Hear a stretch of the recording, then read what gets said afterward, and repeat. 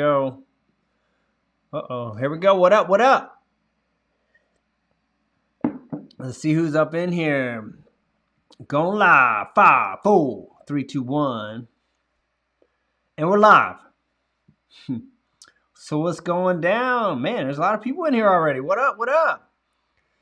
Well, cool, man. Good to be back. Sorry I missed you guys last week. I was out in California, enjoying the good weather. And I was trying to get something going with Wanky and Twitch, but it just didn't work out. The night we were gonna try to do it, I got there and nobody was at the house, so ended up not being able to do it. And then the very next night was when we were all together for Chris Ackerman's deal, and we said, hey, if we get home early enough, maybe we'll try to do it again. And of course, everyone after that hung out for a ton, and wasn't able to get it. But hey, back in KC, hanging out. So thanks again for everybody being here week after week. Moto Monday. You know how we do it. 7 p.m. Cental Time. Every Monday night, hanging out, chilling with your boy. At Ronnie Faisst. You know how we do it, but what's the word? Let's see who we got up in here. Your Anthony P. Justin. Big Brian, what up, my man? We got Woodcrafts. Anthony P. So, man, we got scrolling through here. You guys are up in here talking it up. Big Feist is up in here. Cool. Well, I'm glad everybody's here. Big Adam, my man's back in the game. Just as soon as I saw Adam, it made me think of V-Dub. And V-Dub hit me up. He said, sorry I can't be here. His mom's been really sick. I know a lot of us know that. That's been here. And she's not doing too well. So keep her in your prayer. Much love to V-Dubs and his mom. I know he's hanging out with her and stuff.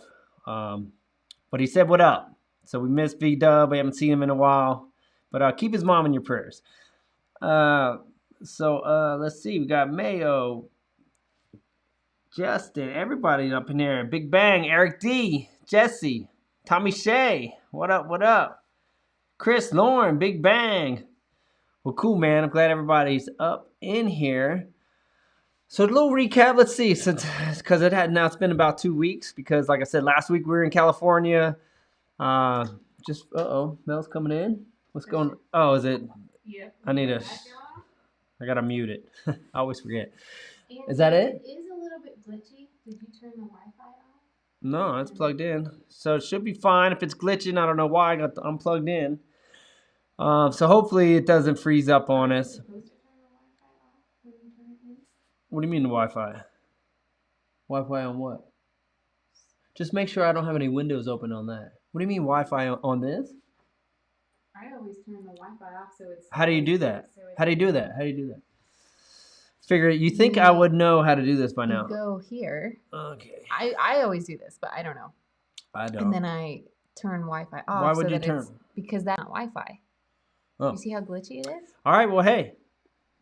Hopefully we get a better connection. Amateur hour over here. I've done about 100 of these and still can't get it set up right. Anyway, yeah, we were back in Cali, so I thought she was coming back in. It was good times. We had really good weather this time compared to last time. Sun was shining. It was actually felt really hot to me.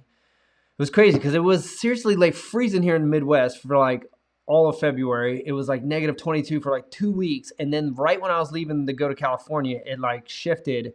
Went up to like 40s like the day before I left. And then the whole time I was in Cali, it was like warm here. So you guys it was cool to come home to some warm weather. But I was basically coming out of the freezing and going to California, and it was like 70 out there. So it felt like summer to me. But it was sweet. We had a class. Well, it split up into basically all one-on-ones. Kind of was talking about that last week a little bit. So I had a one-on-one on Saturday, and then on Sunday I had two separate one-on-ones. One I took the 4 students and 2 one-on-ones, and then the 2 were sisters, so we put them in a group together. But it was really good. I actually enjoyed doing the one-on-one and got to ride Paula a little bit before I did the class on I'm trying to think what day. Yeah, Sunday. Actually, I rode the vet track quite a bit on Saturday with Cameron. But I got to ride the Pro Track on Sunday. Went early, and Twitch came out, Taka came out. Wanky was out there, but he didn't have his bike. And I got to go ride the Pro Track. I was actually like the first one out there because I basically had I had JJ on Saturday coming at 10. So I showed up at like 8:30. Track opened at 9. I had from 9 to 10 before I had to go teach. So I was like, and everyone was waiting. No one wanted to go out on the track because they soaked it and it looked muddy. So I was like, waited till like 9:15. I'm like, yo, no one's going out while I'm going out. And I went out, and the dirt is so good at Paula. Even when it's wet, it's still fun. So I had a break in the track, bike got a little muddy, but it was so, like, I felt like a little kid. Like, I had so much fun, and they changed the Pro Track from the last time I was there. To me, it felt like super fun and safe, but jumpy. Like, it had a lot of like fun jumps, a couple big jumps, but nothing like sketchy big. Everything that was like third. There's the two third gear tabletops that like you're like on it on 450, but they're not sketchy. They're tabletops. The two biggest thing about it, the two biggest jumps are tabletops, and they're third gear pinned on a 450. But super fun. So I had a good time, and then it was just good to see all the boys, see my brother, and then everyone got together on, what was it, Wednesday? Wednesday night was Chris Ackerman's memorial. So just cool, like, to see everybody come together for Chris, and just to hear all the stories and how Chris Ackerman was basically a good friend of all of ours in the motocross industry. He was actually the first employee for the Metal Militia. So when Metal Militia was just getting started, Deegan and Link Hogan were two owners, and obviously they shared a warehouse. I don't know if you guys remember Skin Industries. Al Borda did the graphics way back in the day. We all ran Skin graphics. Well, Deegan, him and Link shared a warehouse with Borda when they were just getting started to split the cost. And Ackerman, as far as I know, as far as I can remember, Chris was the first employee. He was the first guy I remember being down there packing orders, kind of just helping out with everything they had going when they first got started. And unfortunately, he had a bad crash out in, I think it was in Glamis or Dumont. Can't remember which one, but out in the sand dunes, and he broke his neck and was quadriplegic. And he was told he was only going to live for 5 to 7 years. They told his family that his condition with his injury is a short life, and he ended up living for 17 years in a bed. And but everybody in the motocross industry knew him, loved him. He was at all of our events, even in his chair, because they could get him out of bed in the early years, but then as he spent more time in the bed, eventually they couldn't take him out of the bed, and he had to stay in the bed. But all the I can remember every single X Games, LXD, Blue Torch event, anything in Southern California. I remember Chris being there in his chair, supporting us, supporting freestyle motocross, and just he's just a good dude, genuine good dude. So it was cool because the people that were there, it was basically like, obviously there's tons of family and friends and just tons of people we touched, but there was a core group of the original freestyle motocross industry, and it was cool because you don't see all those guys together much anymore. Like Seth was out there. I mean, Bilko, Robbie Madison, Twitch, Taka. I mean, Dana Nicholson, Johnny Freeman from Crusty Demons of Dirt, the original guys that made those videos. Even Jordan from Moto. You guys remember the Moto Triple X videos? Well, the drummer Jordan. I think he was the drummer, not Pennywise, but I think his band was called No Effects. I think it was. But anyway, he's a drummer, but he basically was an owner of Moto Triple X. So those OG videos, cool to see all those dudes. So just a good time of connecting with old friends and old guys from the motocross industry, and like I said, to listen to the stories of how just Chris touched everybody was pretty cool. So it was a great trip, and looking forward to getting back out there sometime soon. I was originally thinking we're going to go out there in January, we're going to go out in February, we're going to go out in March, but I've had so many people hitting me up about the schools in the Midwest, like, hey, when are you getting started, especially since the weather has shifted. I already have the March classes full. I didn't even advertise. I had a guy hit me up. He's like, hey, I don't know if they're a family of 5 or it's like his kids and his buddies' kids, but he's like, we got a group of 5. We want to come in March. When can we sign up? So March is done. I'm doing it March 20th, so it's basically in another week and a half or so. So that's full, but the next class, it's on the website right now, is going to be, it just says April class, but the date's going to be April 24th. So that'll be the first available class here in the Midwest that I'm going to be booking. So if anybody is interested in that, you can go. check it out. RonnieFeistMX.com. And I'm going to try to do it. It's either going to be at Grain Valley or it's going to be at the private track in Hillsdale. I actually, I called the Hillsdale owner today. You can hear Mally out there chewing her ball. And then I'm calling Bart tomorrow from Grain Valley because I got to order some plastic for the Husky anyway. But anyway, I'll work out the details. I'll keep you guys posted of where it's going to be. But like I said, if you're in the area and you're looking for the first, that'll be the first available class since March is already full. So that's what's going down as far as moto schools. As far as Supercross goes, last night was it or 2 nights ago? I didn't even see I barely saw the 250 class because I feel like I fell asleep. But then I kind of woke up and see Mel's see these things right here? This is magnesium. Mel's on this new deal. You drink these magnesium things and they help you sleep. So it's just straight magnesium. So they're dangerous. So I drink them and fall asleep because I've been having trouble sleeping at night. So Mel's got me on this mineral stuff. So as soon as we're done here, I'm going to bed. But I seriously like dazed off during the 250 class. I know was it McAdoo? Is that the one? McAdoo? But anyway, 450 class I watched, and obviously, you know, I'm rooting for Roxon all year. Tomac killed it. What, five in a row? Or not 5 in a row, but 5 wins. 5 wins, tied with Carmichael at Daytona. Amazing rider. Got to give him props. What else happened in that class? Wilson went down. I saw him go down. Roxon was all fired up because Cooper cut him off on the start. So, hey, it's tight. It's down to 3 points. I'm going to be so bummed if Cooper beats him. I'm like, God, I do not want Cooper to beat him. I want Roxon to get this championship. So we're pulling for Roxon week after week. Hopefully he can get some wins. And I feel like we need Cooper to have a bad weekend. We need him I don't want to ever see anybody get hurt. But, hey, I'm not bummed if his bike breaks and he has a DNF.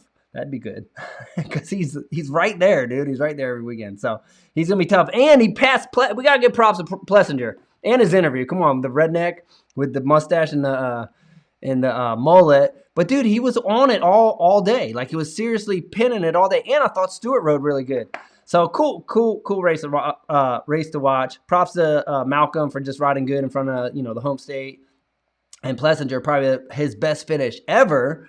But Cooper got around him seriously with like 100 yards at the finish line. He passed him and got second. I was so bummed. I was like, wanted Plessinger to get second and, hold some points away from Cooper. But Cooper's like that. I feel like he sneaks in there all the time, either on the last lap or the last turn. He did that to Roxon a couple times. So I'm hoping he doesn't do that on the championship. Like right at the last minute, he comes up and steals the championship. So let's keep on rooting for Roxon.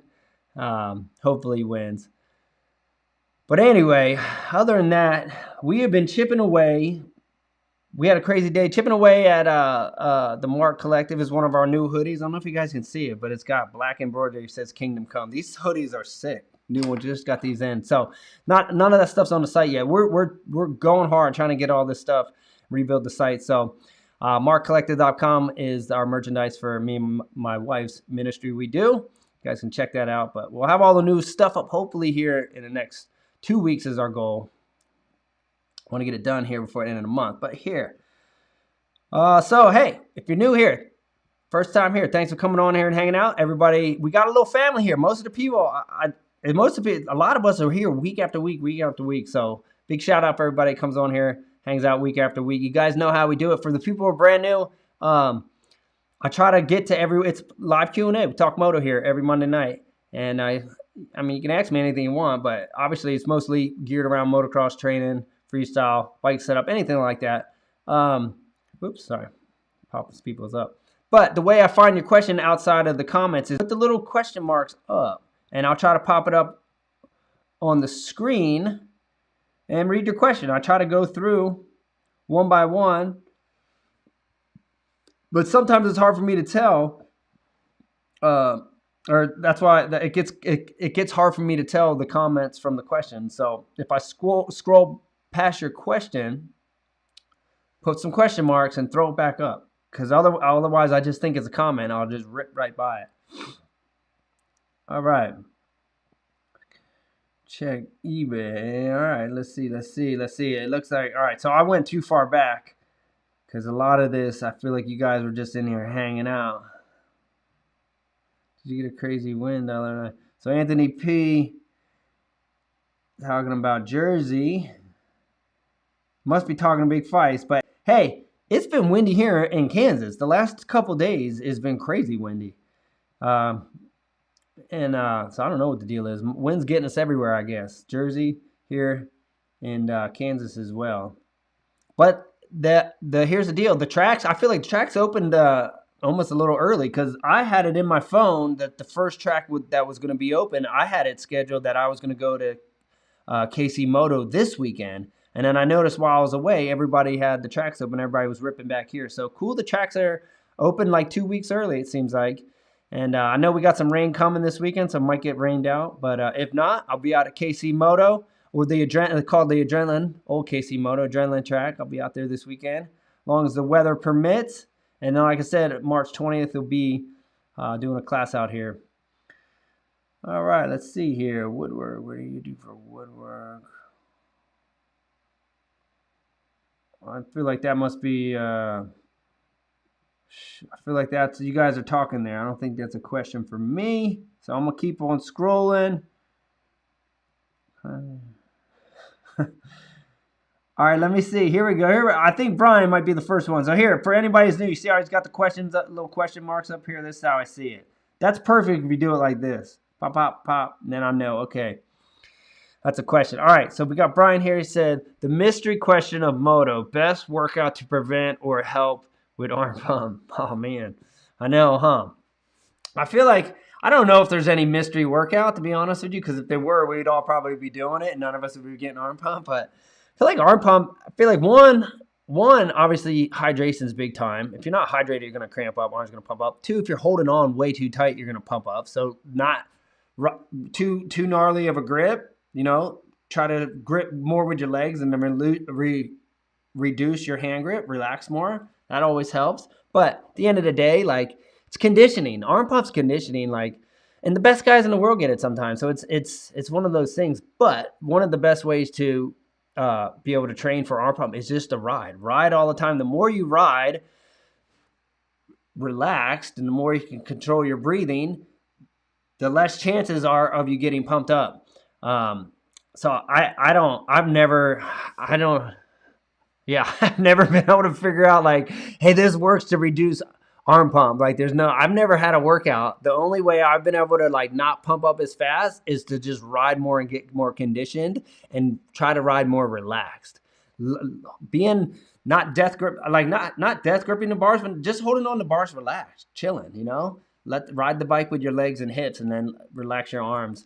I've even known people like, remember guys, I don't know if you guys, well, I'm sure you guys remember Tyler Evans. Tyler Evans had the surgery where he basically had the little skin, the outside skin around the muscles removed. So basically it was supposed to allow your arm to not pump, I guess, but he said it didn't even work. So that's how extreme some people went. They're like, yo, I'm going to get surgery so I don't get arm pump, and it don't work. So save yourself the money going in the surgery. But yeah, I would say my best advice is just try to ride relaxed, try to be hydrated, and just condition. You know, try to put in your 4-lapper strong, and then do 2 at 75%, and once you can do 6 strong, try to do 2 more at 75%, and then get it to where you can work up to whatever your goal is. You know, if your goal is to ride a 20-minute moto hard, then you know I don't just try to ride 20 minutes straight. I always go up in increments. You know, if I can only pin it for 3 fast ones, but I can do 2, like I can do a 5-lapper, I'll go 3 as hard as I can, but the next 2 I'll back it down and finish the 5, and then same thing. And then once you can try to do 5 fast, go 3, 2 or 3, back it down until you can do 8, 9, 10. And eventually, and if you're a time guy, whatever, look at your time, whatever. I can go 15 minutes hard, and then I got to pace myself out to finish, you know, the last 5 minutes at a slower pace until you can do the 20 minutes hard, and then you can cruise to 25. And so that's how I used to train. I used to train like that. I always worked up to it rather than just go, I got to do a 20-minute moto now and pin it for 20 minutes. Increments, build the confidence. as you go. And I feel like when you set realistic goals, like something like for me, if I was like, yo, I'm going to go ride a 30-minute moto now, that's just, yeah, right. I know I'm getting tired in 30 minutes. So I like to set realistic goals that I can hit. So I'm like, yo, I'm going to try to go hard for 3 or 4 and finish, if I'm like, hey, let's just do 6 today. Let's go hard for 4 and then cruise 2. Sweet. And then I hit that. Okay, I can do that. And then I get in my head, okay, I know I can do that. Not like shoot for the stars, miss, and then get all discouraged because you're like, man, I couldn't do that. Do something you can, build the confidence that you can do it. Then in your mind, you're like, okay, I got that. And then you hit that next one. Okay, I got that. And you work your way up and you're building confidence as you go. And so it's like you're accomplishing a goal, building confidence, rather than just setting the goal that you can't reach and failing and then getting discouraged, beating yourself up. So that worked for me as I trained through my career. Realistic goals that you can reach. There's always good to have like the far distant goals, the monthly goal, yearly goal, whatever. But there has to be those goals in between that you can hit, quick, build some momentum. All right. So I think I might have lost my spot. And I'm still like that. I have goals for every single thing in life, not just riding. I'm like, there's like list of things that, me and Mel have them together, things we want to do in our ministry, things we want to do with our finances and with our investments, with RFMX, with Mark. Like there's so many different things and there's goals that like, hey, this is what we're trying to get done in the next month. This is what we want to be at in 3 months, 6 months, 1 year. Like I've been like that my whole life, but it works. I feel like when you have a vision and like you can set the goal and you just got to get the plan, but then you have to, or you could set the goal, but then you have to form the plan to get to the goal. It's like, okay, here's the goal. Let's write it down. This is what we're doing. But how are we going to get there? All right, yeah. What's the plan in order to make that happen? And then you write out the plan. And then there's all those little tasks during the week to get to those things. And then you can always check in. Like, this thing's glitching a little bit on my side. Is it locked up? All right, let's see here.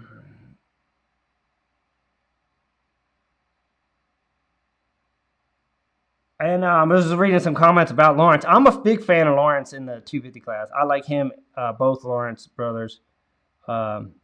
Sick style, dude. They ride. I just like the way they ride. They have like that textbook style, in my opinion. All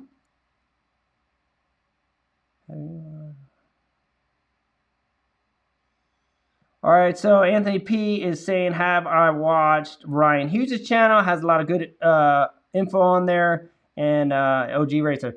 I haven't been on his channel, but I know Hughes, and Hughes is the legend, dude. This guy's for sure OG Racer, definitely a beast. Yeah, I think learn from everybody. Here's the deal: there's tons of coaches out there. It's like anything. Listen to this guy, see what you can learn from him. Listen to that guy, see what you can learn. Learn from everyone who's teaching. And the Rhino's a coach, so I think he definitely. I've listened to him, and he's pretty much.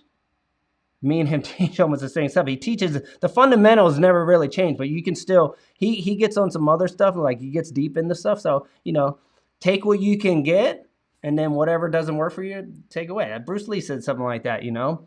Absorb what is useful, disregard what's not. And I think we can do that with multiple things in life and with motocross, lots of things. So definitely, but I like to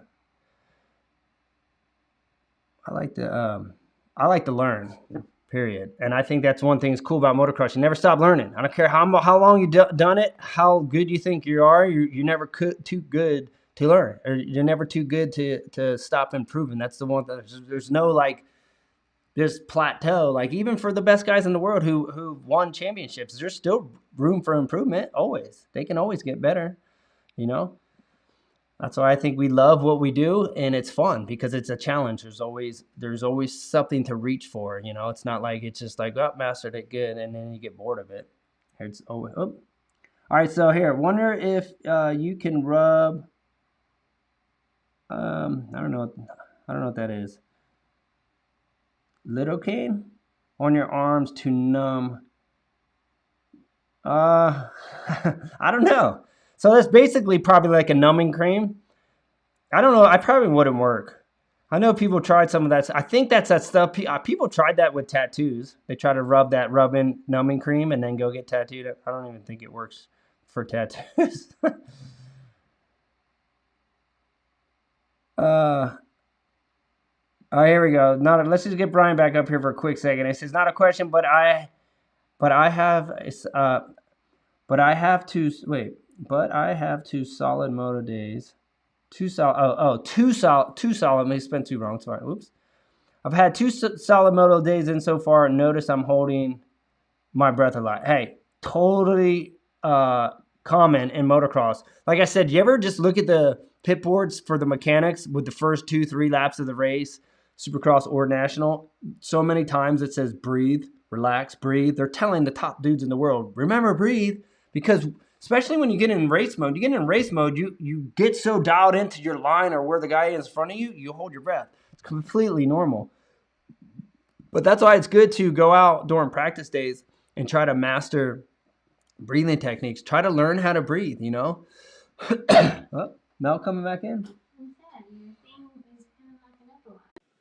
Am I back on? Can you see me? Am I back? I don't know. Bummer. Can you see me? I don't know.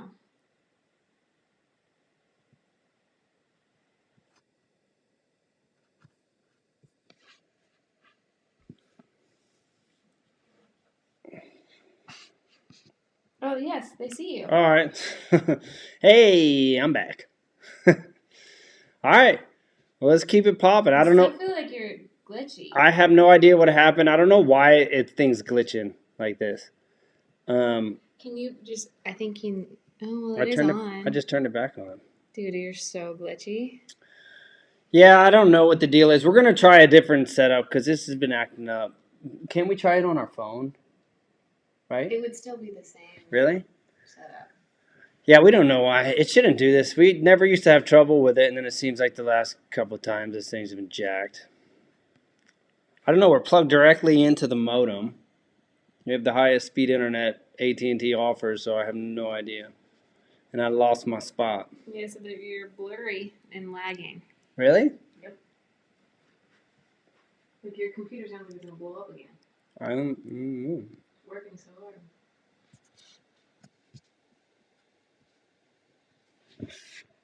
Was it still jacked? Doesn't make any sense. Talk. Check, check. 1 2 1 2.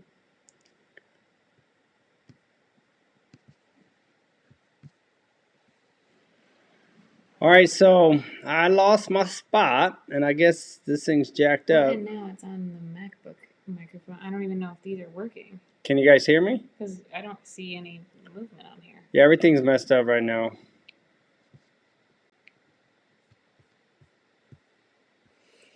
Oh, lagging. Moto Monday blurry. Fail. Crash and burn on you guys this week? Yes, crash and burn. Can you? What is it doing on your end? Can you hear me? Oh. All right, it says they can hear. All right. Hey, let's just keep going. I don't know what's wrong with this thing. All right, so I might have missed a lot of you guys' questions because I have no idea where I left off. But here we go. Let's just jump in here.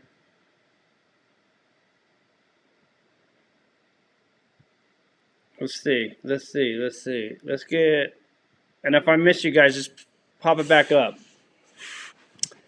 Let's see. Jet, he says, have you been to Oklahoma Motorsports Complex? I haven't, nope. And says, I think that's the name. If so, thoughts moving down. So curious about Oklahoma tracks. I think Oklahoma has a super good motocross scene, to be honest with you. I know there's a lot of tracks down there, and a lot of guys go down from here during the cold months to ride Oklahoma. So I think only thing I have been to Oklahoma, I've been to the FCA motocross camp down there, and which was at Robbie Smith's motocross park. I don't remember what town it's in.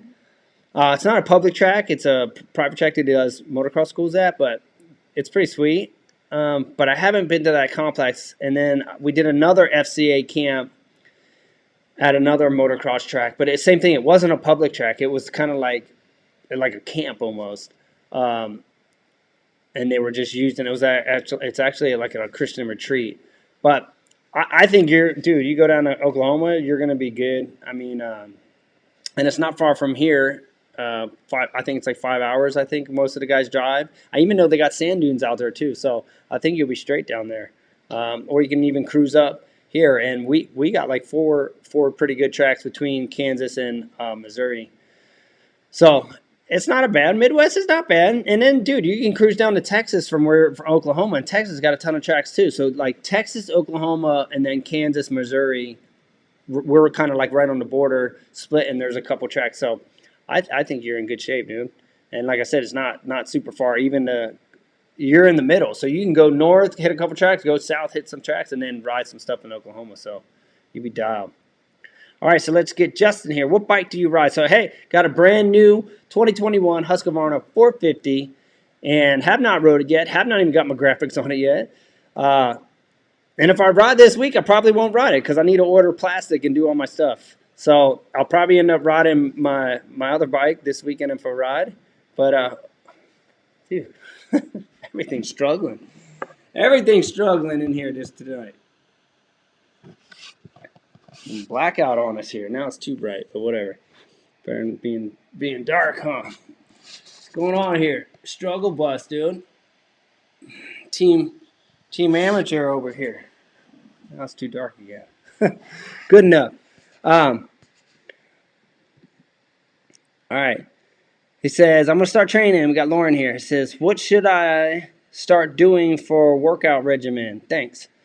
I mean, training for moto, I think moto is an endurance. If you're going to do motocross, it's endurance. So you don't need to get all bulky for moto, but you need to have good endurance. So I like cycling. I mean, I'm not a jogger, but jogging's awesome for moto.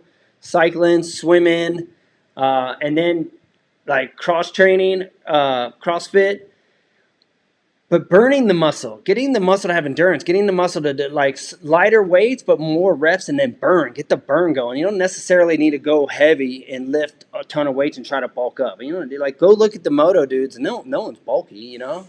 And even like if you're a freestyle guy and you try to get bulky, you just get stiff and all your tricks look whack. You want to stay freestyle. You want to stay limber and loose, but moto you definitely need endurance. So I would train on stuff that's going to keep your heart rate up at a high heart rate for a long period of time. Not necessarily worry about trying to put on size or anything like that.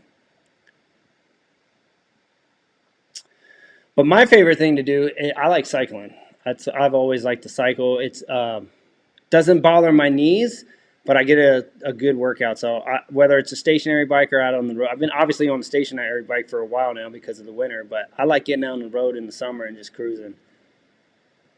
Probably one of my favorite. And swimming. I swam a lot last summer. Swimming's awesome. Get out there and burn some laps. Get your heart rate popping real quick with cutting the laps in the water. I know I talked about this before, but another thing I did when I was racing speed and style was I used to sprint run hills in California. I would sprint up this hill and then cruise down, then sprint back up. And dude, like your heart rate would go up so much. But speed and style wasn't a super long. It's not like an outdoor national 30 minutes plus 2 or 20-minute supercross plus 2 or 20 lapper. It's 4-lap sprint. So that type of training worked really good for me because I needed to be explosive, get my heart rate up really fast, and just be like an athlete who just needs to explode. So that worked good. I did that a ton when I was doing speed and style. It was probably one of the hardest things that I had to do. The days that I had to run the hill, you'd wake up in the morning and you'd be like, oh, it's a hill day. Dang. It was hard.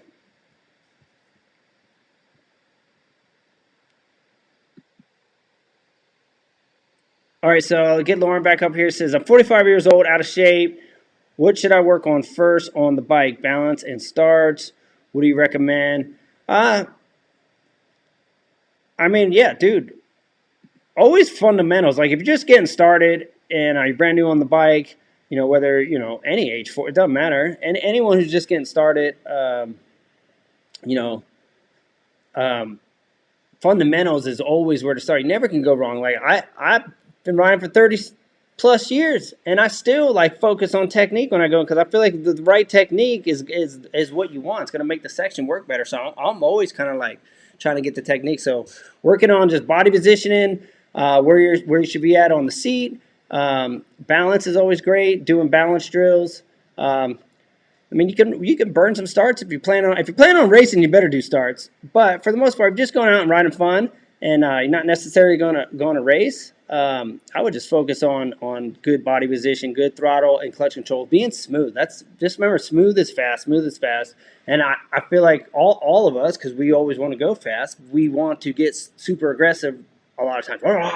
And sometimes overly aggressive too much just causes a mistake, and then you have to fix the mistake you just made, so then you're shaving off time. When you can just kind of be patient and roll and carry momentum and be smooth, it's faster sometimes. So focusing on that sometimes, coming into your corners and just focus on rolling into it and just being smooth rather than being jerky with overly explosive with the throttle and gas. Like if you watch Roxon ride and listen to his bike on an outdoor track, just tracking around there. You know what I mean? Almost sounds like he's just lugging, but he's getting traction,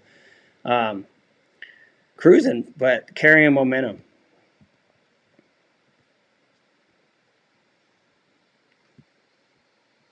All right, just looking for another question.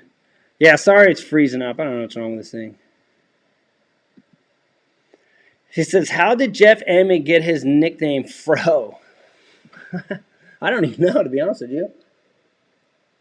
Because there's old videos of him wearing the Fro in it. So I don't know, did he get the name because he was wearing the Fro in the videos? So they called him Fro? Or did he wear the Fro in the videos because that was his nickname? I don't know, to be honest with you. That's a good question. I have no idea. Fro Daddy. But he used to wear the Fro in the old Krusty videos. So, all right. So, I think it just seized up again on me here. All right. So, hopefully, man, this thing's tripping.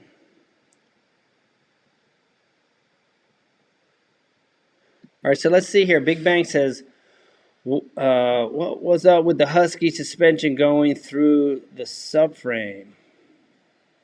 Wait. What up with the Husky news? What are you talking about? My bike, my Husky suspension going through the subframe. If that's what you're talking about, surprised. How do you know that? Did I talk about that before? That was my fault. If that's what you're talking about, not 100% sure, but my shock. It was my fault. I didn't tighten the bolt. The shock bolt fell off, and the shock shot up through the bottom of the subframe, blew the air box apart, and blew my seat off. That was my fault. That's not Husky fault. That's mechanic fault. How do you know that, dude? Did I talk about that before? That's funny. I posted a picture of it along, like when it happened, and the Husky was like, "Take that down." I was like, "Whoops." It says, "What kind of computer do you use?" It's Apple, dude. It's junk. Apple Mac, dude. Try to buy the good stuff, and this is what you get. It's all hype, dude. All right, so so this is a question for Mel because I have no idea. I'm just popping it up, so maybe she's reading this. Are you using OBS for the stream, and if so, change the output setting to 720p if you're using a Mac? Yeah, see, I have no idea what any of that's set on, but I am on a Mac, Apple Mac, plugged directly in. We have a cord plugged into the modem, but I don't know settings. Mel's might know. But yeah, the MacBook basically just shut down on me. It turned off. We were in the middle of the thing. It locked up. And next thing you know, the whole thing just turned off and then rebooted itself. And then popped back up and said, hey, we're going to notify Apple that there's an issue with your computer. They're like, oh, sweet.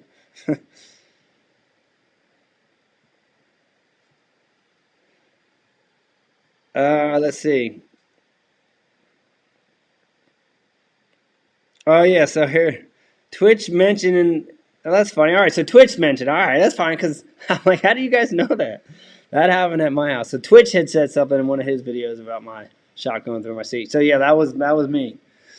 Bad mechanic. So check your bolts before you ride because you never know.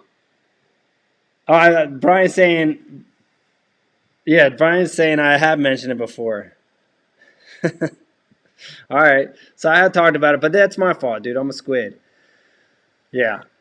You got to check the bolts. If you don't check the bolts, things fall off your bike. And it's funny because I'm really good about going through the bike all the time. And then the day, you're running a little late and like everyone's already at the track and you're like, oh, I'm just going to hurry up and get out there.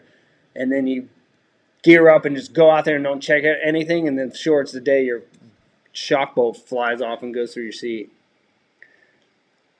Mel's wanting me to talk about the magnesium. I already was. She's all hyped. Here it is here. You need to get on here and tell them about it. I don't know what it is, but basically pure mineral magnesiums. It's supposed to help with your sleeping. I don't know what it is, but seriously, the whole week before I left for California, I couldn't sleep. I kept waking up in the middle of the night, like 2 a.m., 3 a.m., and then I'm up all night long, can't go back to sleep. And then go back to California, 2-hour time difference. And nothing changed. One night I woke up at midnight, third time, like fell asleep, woke up at midnight, up the entire night. Couldn't sleep through the night. So if some of you might have seen me answering DMs or answering comments on YouTube at like 3 in the morning. You're probably like, why is he up? That's why. I couldn't sleep and I was laying in bed bored. So anyway, got back here to Kansas. And Mel's all about natural stuff. She's healthier than me, to be honest with you. Everything. Her whole lifestyle is non-toxic. She's so gnarly that I can't even keep up with her. She makes her own hand soap. Like a hand soap we have in our kitchen is handmade by Mel, non-toxic, all natural, because she says all the other stuff's toxic. I'm not. She gets mad at me because I'll use lotion from the normal. Like I use just regular like baby lotion, Johnson & Johnson. She's like, toxic. Don't put that yourself on your skin. I don't care. I just put it on because it's easier. But she'll make her own lotion.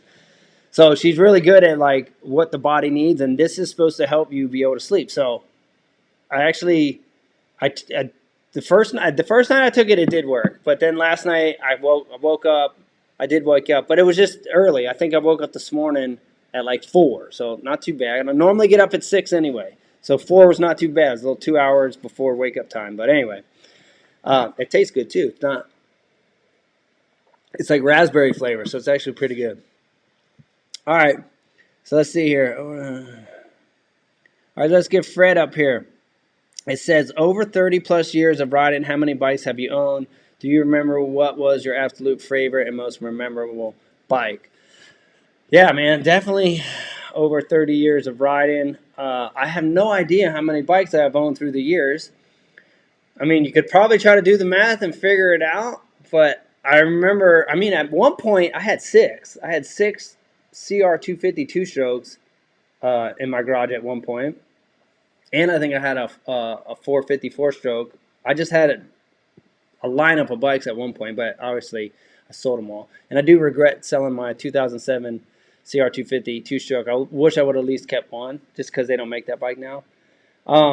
But for the most part, even like obviously when me and Big Fights got started, we just had one bike. But then as I progressed and got better, I always had 2 bikes. I had a bike that was my practice bike, and I had a bike that was my race bike. And even like when we started competing at Loretta's, we did both stock class and mod class. I was stock bike, mod bike. When I rode 120, when I bumped up into amateur class and got on big bikes, I had a 125 and a 250 because I rode 125B and 250B. So I always kind of had 2 bikes. And then all through my career, I usually had more than 2, but never less than 2. That way I always had a bike to practice on, and I always had a bike to compete on, or vice versa, keep a bike to practice on, and then a bike that you would pull apart to travel with. So you either send on the road or pull the suspension off. And even now, like I think last year was the first year that I only had 1 bike. That's because I ended up selling the 16. I had only the 18, but now I got 2 bikes. But I'm going to sell the 18. 18's going for sale. I'm like, I'm just gonna sell it now and then probably get a 2022. But I want to have two bikes. I want to get a ramp. I want to get a ramp bike built and be able to. I want to get a ramp set up. I seriously miss. I like watch those guys hit the ramp the day after I rode, and I'm sitting there going, I seriously want to jump. I just want to go jump ramps for fun. I don't really care about doing anything gnarly, but I miss just jumping ramps. So I'd love to get a bike set up out here for outdoor and get a bike set up for jumping ramps. And Mel is saying I missed 2 questions. Who'd I miss? You missed 2 questions right after mine. Where? Or maybe it was Curtis. Big Curtis, my brother. He says, Core 21 by first will drastically improve your sleep. All right, so here's something. There we go. All right, so I'm going to tell Mel to let me try that. Because I need... Oh, wait, I don't know if I finished answering this question. Do you remember... all right, so my favorite bike... So sorry, Fred, got sidetracked. Did you find the other one? Hold on, let me finish Fred's question.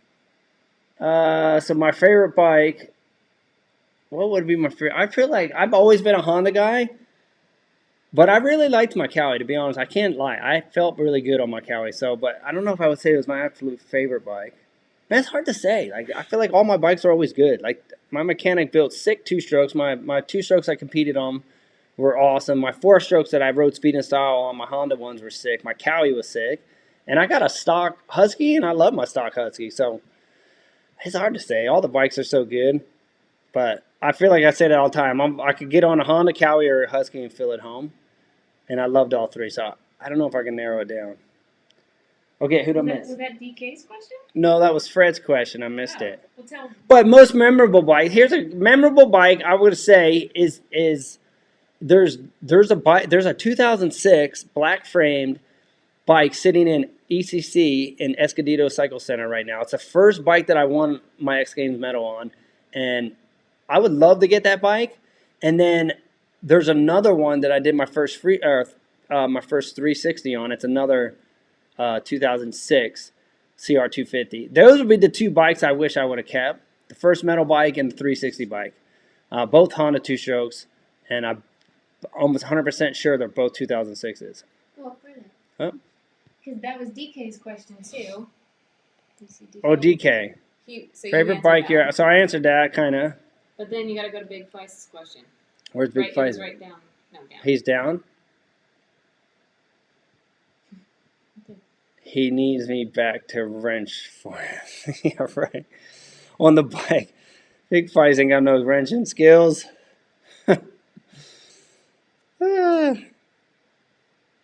Big Feist needs to come visit. Summertime out here, man. It's supposed to come hang out. Your cupcake shop is shut down, though, so he's going to be upset when he gets here. 1990. See, I still love my 1997 CR250. Dude, I had a 97 CR250. That's a good bike, too.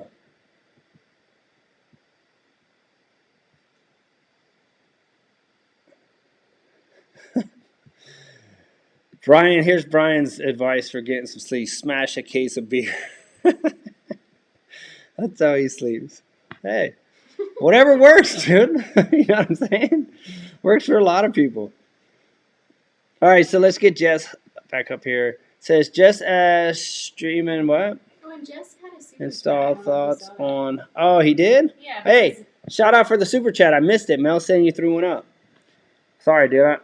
I probably when my computer crashed. I didn't see I it. think it was. And he was asking when we were doing more running videos. Okay, thoughts on how well does... No, wait, what is he saying? Just has... Oh, a steering dampener. So a steering damper installed. Oh, he just had a steering damper installed. How well does it work on a track? Not just ramps. Does it help on track? 100% helps on track. Helps everywhere. To be honest with you, it slows things down. Like at the end of the day, if you start riding with a steering dampener and then take it off and try to ride without it, whether you're on the ramps or on the track, you'll be like, whoa, because it does. It slows things down, so you have more control. It does make a difference, and I think you'll like it. I don't use one on the track, but I have used them on the track. I only we're using them for freestyle, but I do think they help on both. A lot of woods guys use them in the woods, but I think you'll like it. What were we saying now? Big Fight says sweets are off the program. Wait, Brian said, am I getting sleepy? I'm falling asleep over here on you. I know, huh? I'm usually fired up. I usually like drink some pre-workout. I sit down and I'm just hyped, just jibber jabber. Now I'm over here drinking this, ready to fall asleep on you guys. All right, last time I'll have some. I'll wait till after the show before I drink. I'm all ready, dude. I'm sweating too. It's hot in here. What the heck? Yeah. I'll wait. V Dubsky. So I'm seeing. Oh, C Monroe was asking V Dub. V Dub hasn't been around because his mom been sick. So keep his mom up in prayers. We miss V Dubsky. He's our homie. Hasn't been on here for a while. Yeah. So. Big Bang. Who's gonna win Supercross this week? All right. Here's Big Bang. Supercross. So I'm hoping Roxon, guys. I've heard me say it a million times. I hope Roxon wins 450. Arlington? And I hope Cooper gets like 10th. Bad start for Webb and whole shot for Roxton. Eric D saying he's ready to hit up those RFMX classes. So yeah, April, what did I say? 24th. April 24th will be the first one here that's available. So be on the lookout for that. You guys can check it out. Ronnie Faisst MX.com. So what do you guys think, dude? I'm down here. Let's see. Jump in the chat here. Anyone finds a steering dampener for 97 CR? I used to use, just since we're talking about steering dampeners a little bit, LAP, I used, I can't remember, no. GPR steering dampeners is this dampener that I used all through my freestyle career. And when I get a chance to build that freestyle bike and get a ramp set up out here, I'm putting a GPR back on mine because they worked really good. So look those up. Oh, Nell's bringing in the special guest for tonight. Hey, look. Hey, see Grandpa?